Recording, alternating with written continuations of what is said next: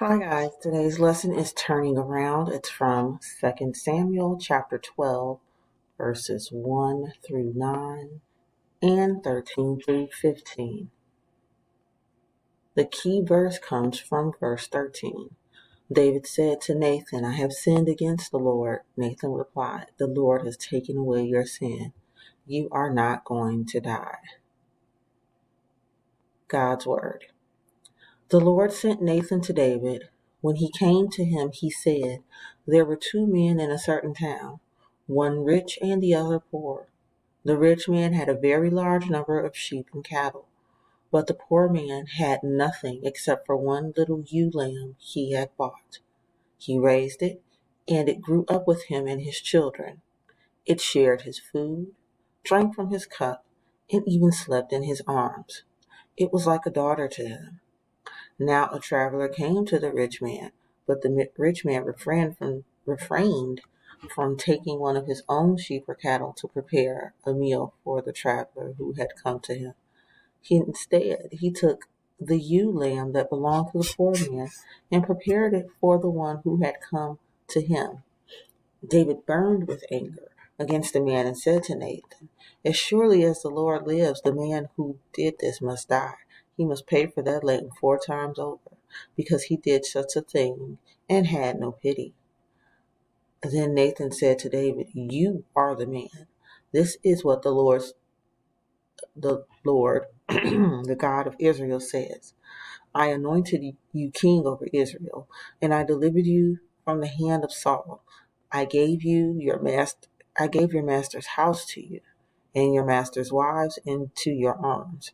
I gave you all Israel and Judah. And if all this had been too little, I would have given you even more. Why did you despise the word of the Lord by doing what is evil in his eyes? You struck down Uriah the Hittite with a sword and took his wife to be your own. You killed him with the sword of the Ammonites." Then David said to Nathan, "I have sinned against the Lord." Nathan replied, "The Lord has taken away your sin. You are not going to die, but because by doing this you have shown utter contempt for the Lord, the son born to you will die." After Nathan had gone home, the Lord struck the child that Uriah's wife had borne to David, and he became ill.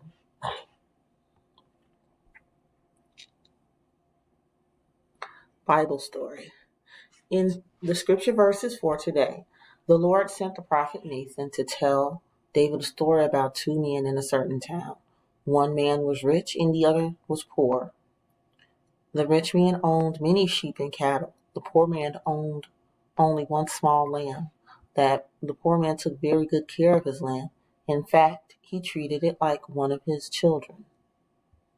One day, the rich man had an important guest visiting, and he was preparing a grand feast for that person. So instead of killing one of the animals from his flock, the rich man had the poor man's lamb killed and served it to his guest.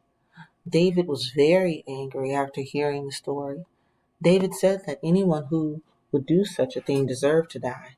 He said that the rich man owed the poor man 4 lambs for the one he stole. Nathan told David that David was the rich man. He told David that he had been blessed abundantly by God. God would have blessed him even more. But David had rebelled against God and done a terrible thing. David caused Uriah's death and had taken Uriah's wife as his own. David confessed his sins to Nathan. Nathan told David that God had forgiven him and he would not be put to death, but his child with Bathsheba would become sick and die. After addressing and resolving the situation, Nathan returned to his home. Big Mistake, Part 1. Shelby had made a big mistake. She was running late for cheerleading practice and had not put her dog out in the yard. Her dog Riley would become restless and he would find some trouble to get into. The last time he was left alone, Riley had gotten one of the pillows off the couch and torn it up. Shelby's mom was so angry. Shelby hoped that she got back in time to make sure Riley had not made a mess of things again. As Shelby walked through the door, everything was quiet. When Riley did not greet her at the door, she checked and discovered that Riley was already outside in the backyard. "Hello, Riley," Shelby said. "Who put you out here?" Exploring the story with Nicholas and Cornelius. "Hello, all. Nicholas and Cornelius here. We have all made mistakes. The most important thing is that we learn from them. What did Shelby learn from the previous mistake she had made that was mentioned in today's story? Why is it important for us to remember those things that we are responsible for, like taking care of a pet? Would Shelby's mom have been right to punish Shelby if Riley had made a mess? Since Riley was Shelby's responsibility, what could Shelby have done differently? Big mistake, part 2. "I put him out," her brother said. "We got out of football practice early when I got home, Riley met me at the door, and it looked like he needed to burn off some energy." "Thanks a lot," Shelby said. "I was running late for practice and forgot to put him out. I was worried all the way home that he was making another mess. I think he was close to doing something. He was coming out of the mud room when I got home," said her brother. "You know how much he loves chewing on tennis shoes." "Yep." "Phew, thanks. I owe you one," Shelby said with relief. Exploring the story with Nicholas and Cornelius.